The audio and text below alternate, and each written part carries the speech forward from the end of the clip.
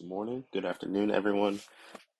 I'm Krishan. I am one of the developers on the One Art Health dev team focused on our mobile app version 2, and I will be leading our current state demo as of today.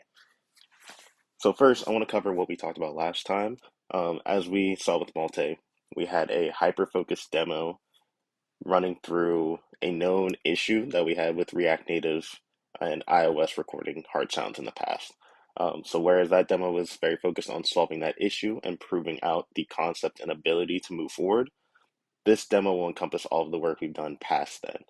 Um, so starting off, I will say that we are running simulators today for both Android and iOS, Android on the left, iOS on the right, and we will be working through kind of our sign up flow because we did not see that last time.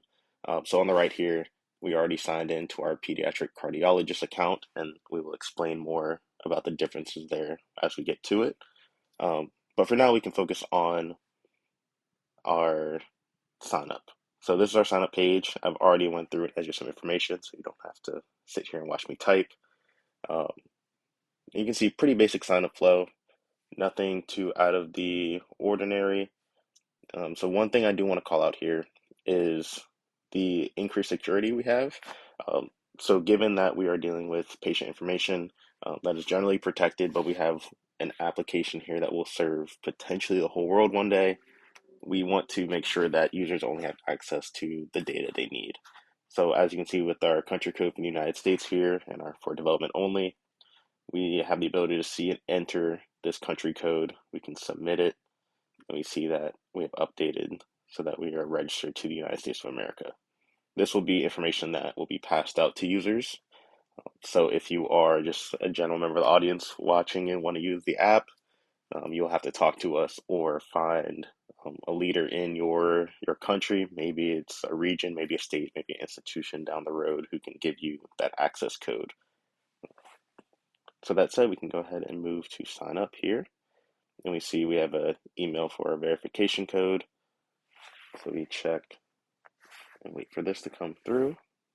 And we can enter our verification for our email here, verify our code, and then we are sent back to our sign up. So now we need to re-authenticate, make sure that we remember our credentials, and we can go ahead and log into the app. So here we can compare our new account to our pediatric cardiologist. You can see pretty similar setup, pretty similar information. One thing worth calling out here is this general tag and this pediatric cardiologist. So we see that we have a separation of our users now in the app. So our general healthcare workers are those who are more likely to be on the front line signing up users into the application, whereas our pediatric cardiologist serves as our expert and is able to give consultations and expert opinion on our users. So one thing we're going to do here is select our consultation expert. And we will choose our Dr. Prashant Tester account. And you can see our consultation expert has been set. That is updated in real time. So now we can start onboarding some patients. So we go to My Patients here, and we can check out for comparison My Patients over here. So now we're walking into our patient flow. One of the things to call out is that our pediatric cardiologist account here on the right has access to patients in their entire country. So they have an elevated view and elevated permissions compared to our general healthcare worker who will see only patients that they themselves assign to the app. So this is why we are blank here on the left, and we have some test data here on the right. So last time we saw a very rough patient details page. We have done some refinement here in UI updates to make it a little bit more user-friendly. So we can have our new user here, which will be our demo 1, and we'll just give the last name tester, gender, and then a random date of birth here. Let's say we're in the 2000s. So we'll enter a phone number and an email for this user. I'm going to use mine. As for height, now all this is just dummy data. So we'll just fill this out with the different values so that we can make sure that none of them are changing. And then we'll add in some additional information down here with our demo user, and we can submit this. So you see we have our demo one tester here.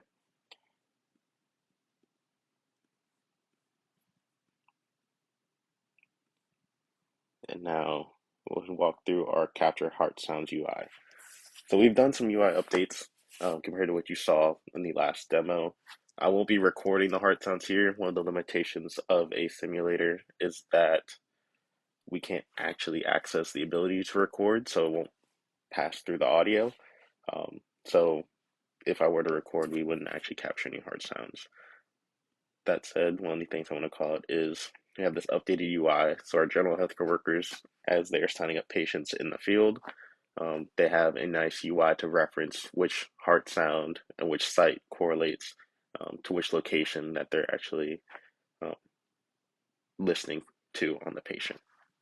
So we can go ahead and close this, move out of our capture here, and then within our patient here, we will go ahead and assign this to our expert. You can see in our pop-up, it's been assigned to our Dr. Prashant PC. And if we go to our assignments, we see that it has not popped up yet. So what we'll do is reload iOS. One of the things I will call it is that we are still working on real-time data, as you can see, but our demo one tester has popped up now. And if we go to assignments, you'll see that we have our assigned July 20th patient. So that's our onboarding flow. If we go and just look at our patient details here, we do see that note from earlier for our demo user. So as our general healthcare workers in the field are signing up users, they can leave notes. This recording is where you'd see those heart sound recordings as they pop up. And then you can cross compare the data here with what we entered on the previous page, see that it is being recorded. Another thing we can do is edit our patient info.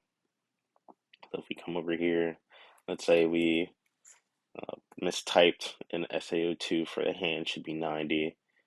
And then let's say we want to add a region for our user. So we know that they're a United States of America patient because our general healthcare worker is working out of the United States of America.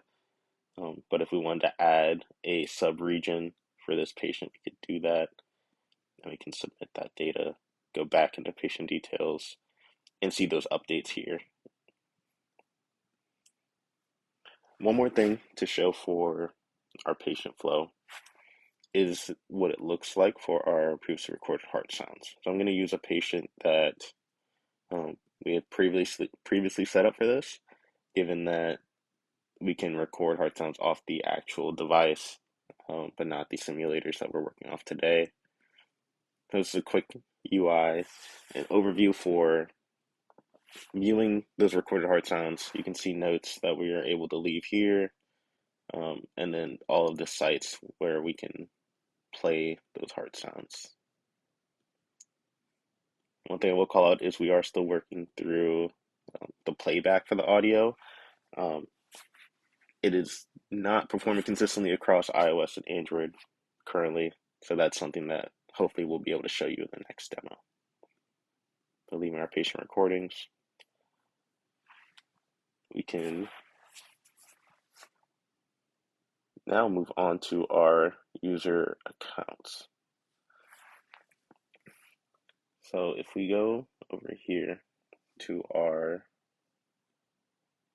profile page again, you see that we have our consultation experts here and our account information. So let's say Dr. Rashawn, is doing okay, but he's not really the one we want all of our patients going to anymore. We can come over here, you can search our consultation experts. So let's say we only want to see Aaron, we can do that. Only want to see myself, we can do that. And then to change, as we saw before, relatively quick, we get a pop-up to cancel or confirm. We're able to confirm, we see that update in real time. As for our patient details, let's say we misentered our phone number, so we want to change this here, and we no longer have access to this email. So let's go ahead and put in a different one. You can see our doctor details, our profile update in real time. This has been a pretty quick overview of what we have. A couple of things I want to call out that we're still working on is the One Heart network. This will be serving our real time and automated syncing. So if we want patient data to either be able to be synced automatically after a set interval, be synced manually, or to maybe manage real time data settings, all of that would live here in the One Heart network as kind of like our settings for cloud data. If we go to our assignments, as you saw before, we have my assignments and all assignments. Um, as our general healthcare worker, they don't have access to any assignments that aren't from them themselves currently, whereas we'd probably want them to see status on their patient here who has not been assigned to an expert. So let's assign this patient here, go back to our assignments. So we're still working on getting that data across, whereas for our pediatric cardiologist, we can see this brief overviews of the fact that we have a patient who's been assigned, but not yet the ability to go view more or process that assignment. So that's another thing we'll be looking forward to showing you in the next demo. But yeah, other than that, thank you for your time today. I do want to mention one more thing, which is um, definitely a major feat from the One Heart Health team. We do have a heart sound algorithm, which I believe you can see currently on our YouTube channel if you're interested. That said, that is information that we'd also like to get placed into our patient details. So yeah, with that said, thank you for your time. I'm Krishan, part of the One Heart Health team, and we look forward to showing you our next demo soon. Thank you.